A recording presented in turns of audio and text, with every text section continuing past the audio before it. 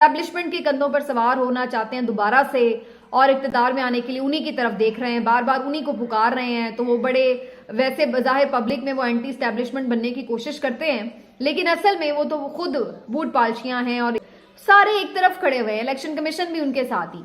और फिर भी हम 37 में से 30 ज़िमनी इंतखाब अगर जीत रहे हैं तो फिर आप मुझे ये बताएंगे, मुझे क्या जरूरत है कि मैं कोई बैसाखी ढूंढता फिरूं? मुझे क्या जरूरत है कि मैं एस्टैब्लिशमेंट को कहूं कि जी मेरे लिए कोई फेवरेबल सिचुएशन जिसके साथ आपकी गुड है, जिसके साथ आपकी यस है, उसके लिए सब माफ है। जो आपके अताब का शिकार है वो सांस भी क्यों ले रहा है उसका गला दबा दो।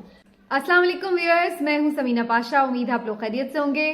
व्यूअर्स, आज के व्लॉग में इमरान खान साहब के हवाले से 2-3 अहम खबरें हैं जो आपके साथ शेयर करेंगे और इसके साथ साथ आपको बताएंगे कि उनके केसेस को अचानक पहिए क्यों लग गए हैं, इतनी तेज क्यों हो गए हैं इनके केसेस की रफ्तार, तो इसके ऊपर भी बात करेंगे। लेकिन पहले आपसे रिक्वेस्ट है कि चैनल को कर लें सब्सक्राइब और वीडियो को लाइक और शेयर भी किया करें।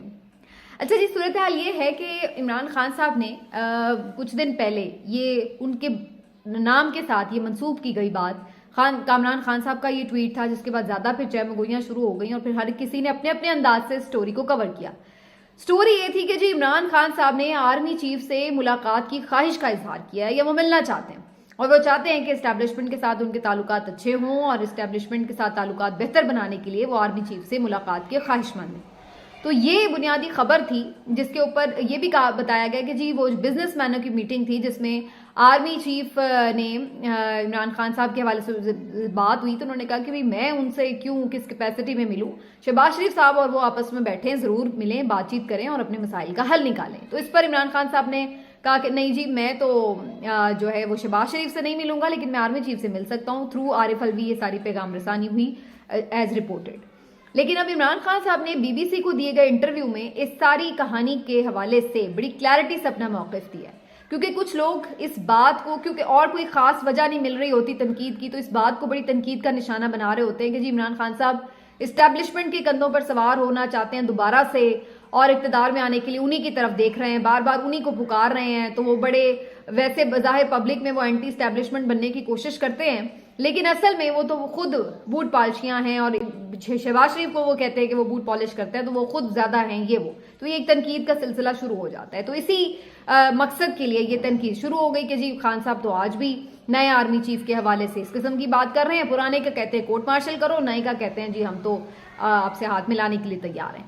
तो खान साहब ने बीबीसी को दिए गए इंटरव्यू में बड़ी क्लैरिटी से अपना मौक़िफ़ इस हवाले से सामने रखा। उन्होंने कहा कि मैंने कोई ख्वाहिश का इजहार नहीं किया, ना मैंने खुद से इनिशिएटिव लेके किसी को कोई पैगाम भेजा है कि आए जी मैं आपसे मिलना चाहता हूँ। उन्होंने कहा मुझे एस्टैब्लिशमेंट की जरूरत ही नहीं है। उनकी बात बड़ी वैलिड इस लिहाज से लग रही है कि बहुत सारे लोग को तज्जिया देते हुए ये बात कर रहे होते हैं कि खान साहब को जरूरत क्या है एस्टैब्लिशमेंट की, वो क्यों उन्हें पुकारते हैं? जब आपके पास पब्लिक सपोर्ट है तो फिर उसके बाद आप इधर उधर सहारे क्यों तलाश करें? तो यही बात खान साहब ने की कि भाई अब सारी एस्टैब्लिशमेंट, पीडीएम की 12-13 जमातें, मीडिया, सब कुछ सारे एक तरफ खड़े हुए हैं, इलेक्शन कमीशन भी उनके साथ ही।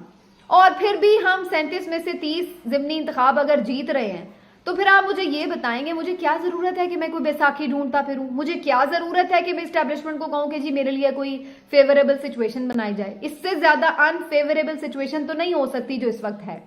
इसके बावजूद भी हम इंतखाब जीत रहे हैं, तो इससे क्या आपको पता चलता है? इतनी मैसिव पब्लिक सपोर्ट के साथ मुझे जरूरत क्या है कि मैं बैसाखियां ढूंढता फिरूं? ये बहुत ही लॉजिकल उनका आर्ग्यूमेंट है, लेकिन फिर ये सवाल जरूर जहन में आता है कि फिर वो चाहते क्या एस्टैब्लिशमेंट से। तो बात यह है कि ख्वाहिश किसी की लाख हो कि एस्टैब्लिशमेंट का कोई किरदार ना हो, कोई लाख ये कहे कि जी वो अपनी आईनी हुदूद में रहें, लेकिन पाकिस्तान में एक रियलिटी भी चीज है जो एग्जिस्ट करती है, और वो एग्जिस्ट ये करती है रियलिटी कि अगर एस्टैब्लिशमेंट की सपोर्ट इनके पीछे से हटेगी गवर्नमेंट की तो फिर ही मामला इंतखाबात की तरफ जाएगा, अदरवाइज नहीं जाएगा। और ये बात इमरान खान साहब समझते हैं। तो वो चूंकि इलेक्शन चाहते हैं तो वो सिर्फ उनसे ये कहते हैं कि आप मुझे ना जितवाएं, ना मेरे लिए कोई फेवरेबल सिचुएशन बनाएं, कुछ ना करें, जो जिस तरह है। इवन इस इलेक्शन कमीशन पे खान साहब के 1000 तहफ़्फ़ुज़ात हैं, इसके बावजूद वो इसी इलेक्शन कमीशन के अंडर, इसी गवर्नमेंट के अंदर सूबाई इंतखाबात में भी जा रहे हैं। क्यों? उन्हें पता है कि ये सब चीजें इनके खिलाफ हैं, इसके बावजूद वो समझते हैं कि फिर भी वो लड़ना चाहेंगे इंतखाब और जाएंगे इसी सिचुएशन में, इसी कंडीशन में। वो नहीं कह रहे कि मेरे लिए चीजें बदलो, लेकिन वो ये जरूर कह रहे हैं कि आप सिर्फ इनके पीछे से हाथ हटा लें, इलेक्शन हो जाने दें। ये है बुनियादी उनका एक आर्ग्यूमेंट इस हवाले से। अब उसकी वजह से वो बात कहते हैं कि वो ये फैसला, ये ऑर्डर्स, ये किसने बात मनवानी है। वो समझते हैं कि ये काम सिर्फ एस्टेब्लिशमेंट कर सकती है। पीडीएम तो इलेक्शन के नाम से ही उसकी रूह फना हो जाती है, तो उसने क्या इलेक्शन में जाना है या क्या करवाना है। उन्हें पता है कि अगर इस सिलसिले में कोई किरदार अदा कर सकता है, सुप्रीम कोर्ट की बात ही सुप्रीम कोर्ट तो ऑर्डर कर चुकी है, इलेक्शन कमीशन पीडीएम की भी टीम बना हुआ है, और उसके बाद रह जाते हैं सिर्फ एस्टेब्लिशमेंट या आर्मी चीफ। तो उन्हें पता है कि कौन है ताकत का मंबा, तो जाहिर है वो उन्हीं को बोलेंगे कि भाई आपने ही मुझे गिराया था, अब आपने ठीक है जो मैस क्रिएट हो गया, अब जरा इसको संभालने के लिए कम से कम इतना जरूर कर दें कि इलेक्शन करवा दें, दैट्स इट। ना आप किसी को जितवाएं, ना आप सच में न्यूट्रल हो जाए, जो आप क्लेम करते हैं वो बन के भी दिखा दें, और सबको पता है कि कौन कितना न्यूट्रल है, इसमें किसी को बताने की जरूरत नहीं है।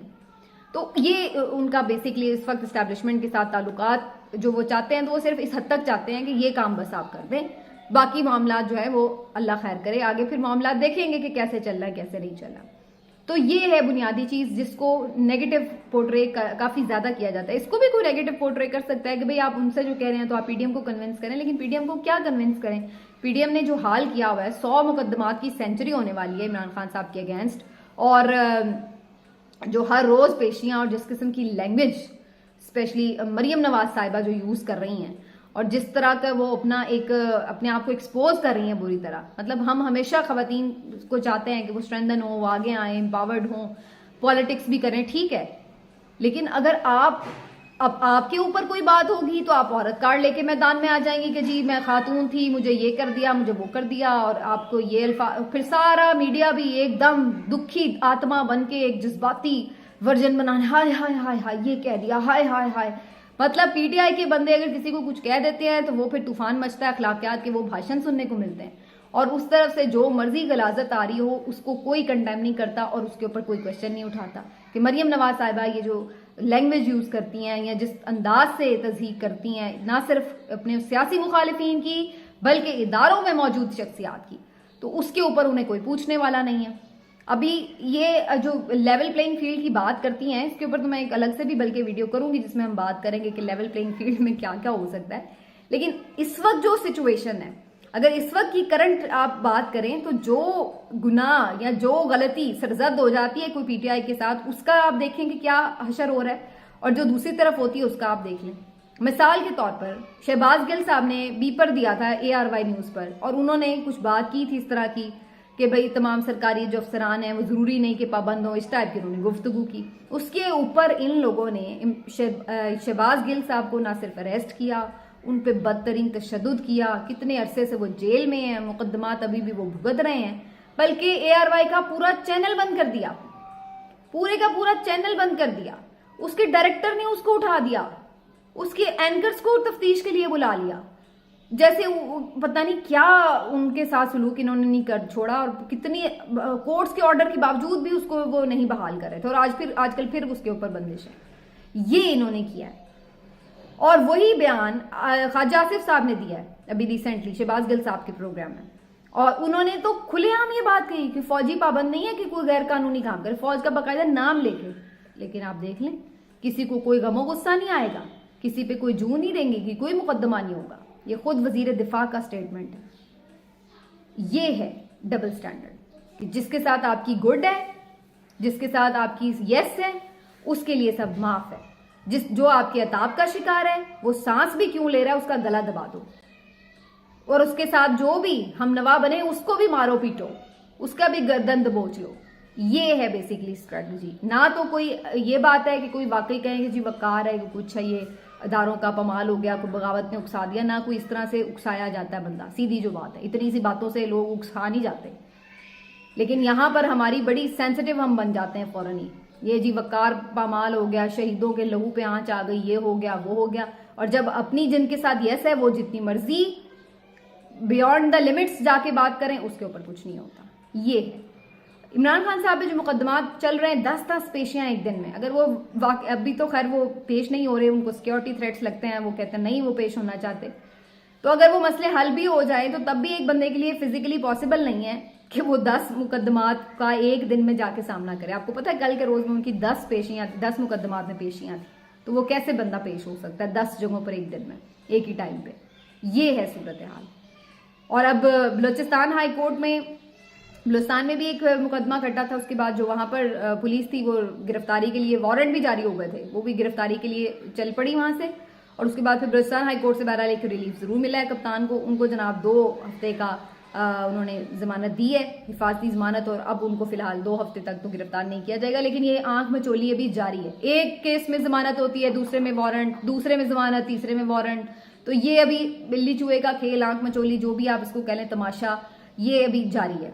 मकसद यही है, पूरा अंडर प्रेशर करना है उन्हें और उनको मनवाना है अपनी बातें और उसके ऊपर लेके आना है, जितना भी प्रेशर वो डाल सकेंगे। तो अब इस खेल में किसकी फतह किसकी शिकस्त होती है, आने वाले दिनों में सब चीज़ें वाज़ेह होती जाएंगी। मिलते हैं अगले व्लॉग में, अपना ख्याल रखिए, अल्लाह हाफिज़।